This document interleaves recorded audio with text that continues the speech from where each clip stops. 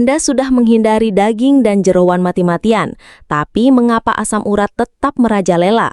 Kenapa persendian Anda masih terasa kaku dan nyeri luar biasa setiap bangun tidur? Jawabannya bukan lagi pada apa yang Anda pantang, melainkan justru pada apa yang selama ini Anda yakini sebagai sumber kesehatan utama. Iya, ada beberapa sayuran super sehat yang faktanya bisa menjadi biang keladi di balik masalah ginjal dan lonjakan asam urat. Ini bukan sekadar teori, ini adalah realita medis yang seringkali terlewatkan. Jangan sampai penyesalan muncul karena Anda tidak mendapatkan informasi penting ini sekarang juga. Sebelum kita bongkar tuntas kebenaran yang mengejutkan ini, mari kita dukung channel Tips Lansia dengan menekan tombol like dan subscribe sekarang juga.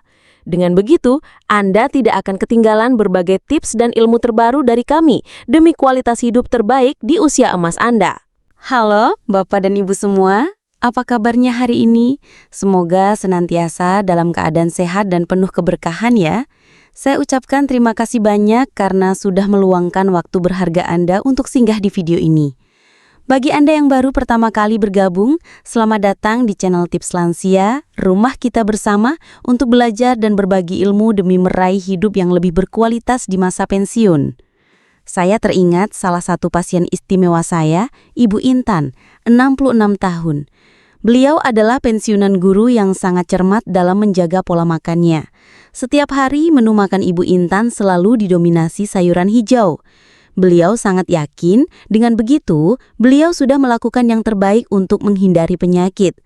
Tapi masalahnya, beliau terus-menerus mengeluhkan nyeri sendi hebat akibat asam urat yang tak kunjung stabil. Bahkan, sempat mengalami gangguan fungsi ginjal ringan. Dok, saya bingung sekali. Saya sudah mengurangi semua makanan yang dilarang. Sayur selalu ada di piring saya. Tapi mengapa asam urat saya tidak membaik dan kaki saya masih sering bengkak? Keluhnya penuh putus asa. Setelah melakukan anamnesis yang mendalam dan melihat riwayat diet harian beliau, saya menemukan sebuah pola. Ibu Intan sangat gemar mengonsumsi jenis-jenis sayuran tertentu, seperti bayam dan kangkung, hampir setiap hari dan dalam porsi besar, mengira itu adalah pilihan paling sehat. Hanya dengan sedikit penyesuaian pada pemilihan jenis sayur dan cara pengolahannya, dampak luar biasa terjadi.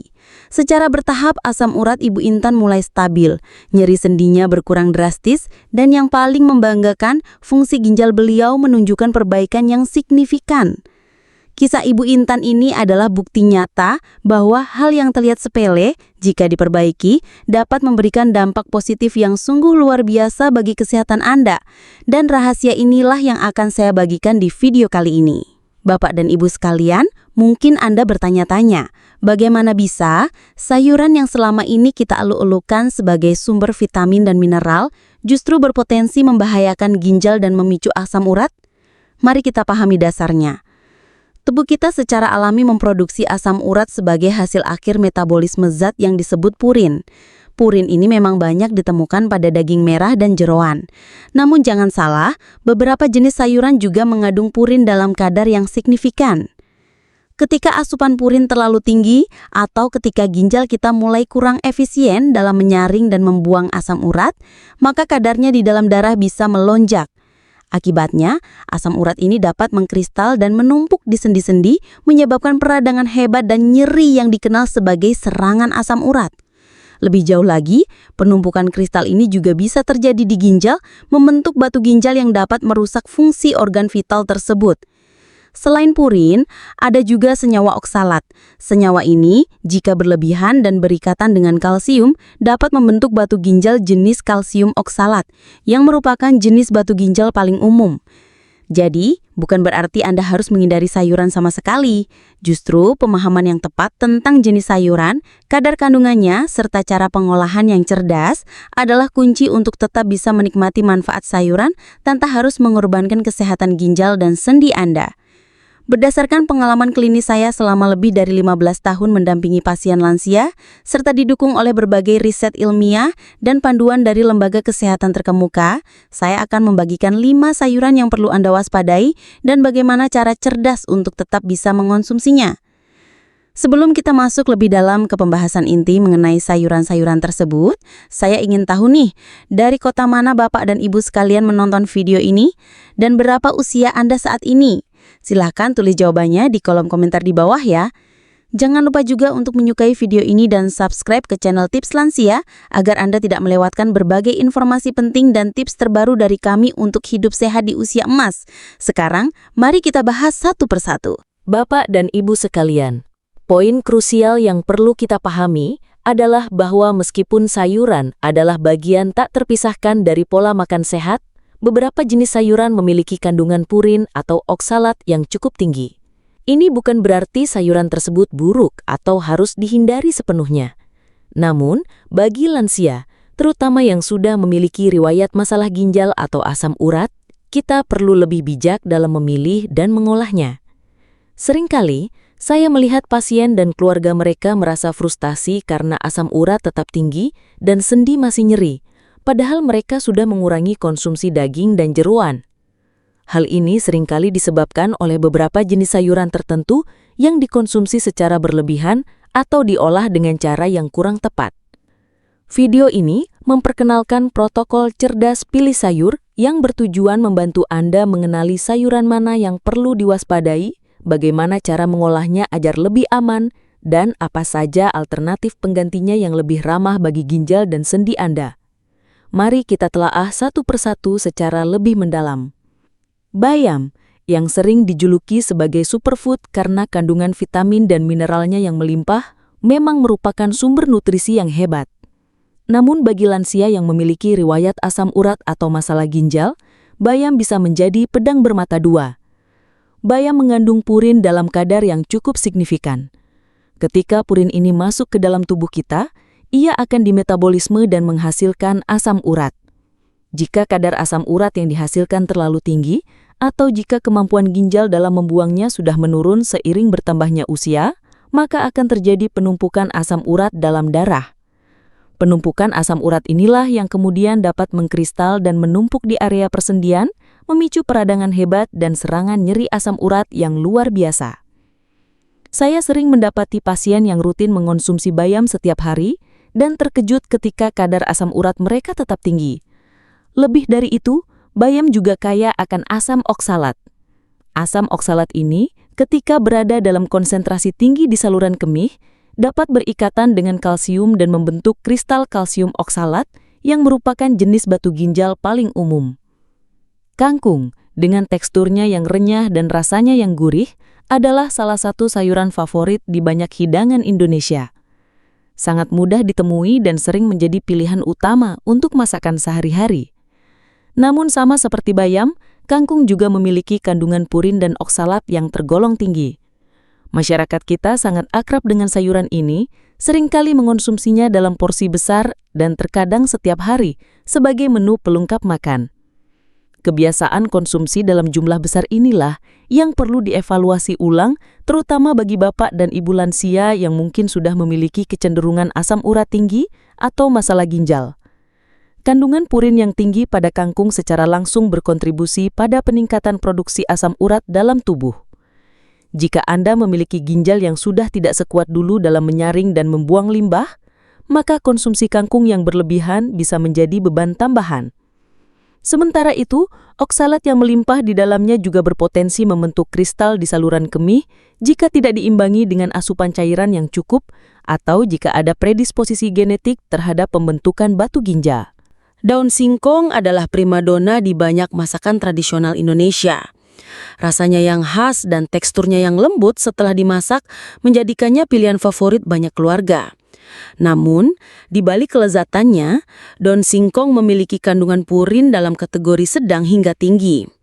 Selain itu, yang tidak kalah penting untuk diperhatikan adalah keberadaan senyawa sianida alami dalam jumlah kecil di daun singkong, yang mutlak harus dihilangkan melalui proses pemasakan yang benar dan memadai. Jika tidak diolah dengan tepat, senyawa ini bisa menimbulkan efek samping yang tidak diinginkan pada kesehatan tubuh. Kandungan purin yang terdapat pada daun singkong, meskipun mungkin tidak setinggi bayam atau asparagus, tetap bisa berkontribusi pada peningkatan kadar asam urat jika dikonsumsi secara berlebihan atau secara rutin oleh lansia yang rentan. Penting untuk diingat bahwa akumulasi purin dari berbagai sumber, termasuk dari sayuran, dapat memicu masalah asam urat secara perlahan namun pasti. Ini adalah salah satu kesalahpahaman yang paling sering saya temui di kalangan pasien saya, terutama mereka yang berjuang dengan asam urat. Banyak yang mengira jamur adalah sayuran biasa yang aman dikonsumsi dalam jumlah berapapun. Padahal secara botani, jamur sebenarnya termasuk dalam kategori fungi, bukan tumbuhan. Dan yang lebih penting lagi, banyak jenis jamur yang populer, termasuk jamur kancing, jamur tiram, jamur shimeji, dan berbagai jenis jamur konsumsi lainnya, termasuk dalam kategori makanan tinggi purin. Bahkan, kandungan purinya bisa setara dengan beberapa jenis daging atau makanan laut tertentu. Ini adalah fakta yang seringkali mengejutkan bagi banyak orang yang sedang berjuang dengan asam urat tinggi dan berusaha keras menghindari sumber purin dari hewani. Buncis dan kacang polong seringkali dianggap sebagai sayuran yang sangat aman dan sehat. Bahkan seringkali dianjurkan dalam berbagai diet sehat. Dan memang demikian, untuk sebagian besar orang, keduanya adalah sumber serat dan nutrisi yang baik. Namun, bagi lansia yang memiliki kecenderungan asam urat atau masalah ginjal, keduanya masuk dalam kategori makanan dengan kandungan purin sedang. Masalahnya muncul ketika buncis dan kacang polong ini dikonsumsi dalam jumlah yang sangat besar dan secara sangat rutin. Bahkan, menjadi menu harian yang tak terpisahkan dari piring makan. Meskipun kandungan purinya tidak setinggi bayam atau jamur, akumulasi dari konsumsi rutin dalam jumlah besar dapat secara signifikan meningkatkan total asupan purin harian tubuh. Setelah memahami jenis-jenis sayuran yang perlu diwaspadai, sekarang mari kita bahas kesalahan paling umum dalam pengolahan yang seringkali luput dari perhatian kita, dan bagaimana cara memperbaikinya. Kesalahan fatal yang paling sering saya temui adalah kebiasaan menggunakan air rebusan pertama sayuran. Banyak dari kita mungkin berpikir bahwa merebus sayuran adalah cara terbaik untuk memasaknya, dan itu memang benar. Namun jika tujuan utama Anda adalah mengurangi kandungan purin dan oksalat, maka Anda mutlak harus membuang air rebusan pertamanya. Mengapa demikian? Karena air rebusan pertama inilah yang justru akan melarutkan sebagian besar zat-zat atau purin dan oksalat yang ingin kita hindari dari sayuran tersebut. Berikut adalah cara pengolahan yang cerdas untuk meminimalkan risiko ini. 1. Rebuslah sayuran seperti bayam, kangkung, atau daun singkong dalam air mendidih yang cukup banyak selama beberapa menit. Pastikan airnya benar-benar mendidih. 2. Buang air rebusan pertamanya.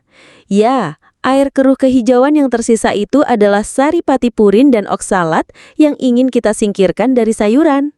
Metode sederhana yang sering disebut blanching ini terbukti secara ilmiah dapat secara signifikan mengurangi kandungan purin dan oksalat, membuat sayuran lebih aman untuk dikonsumsi.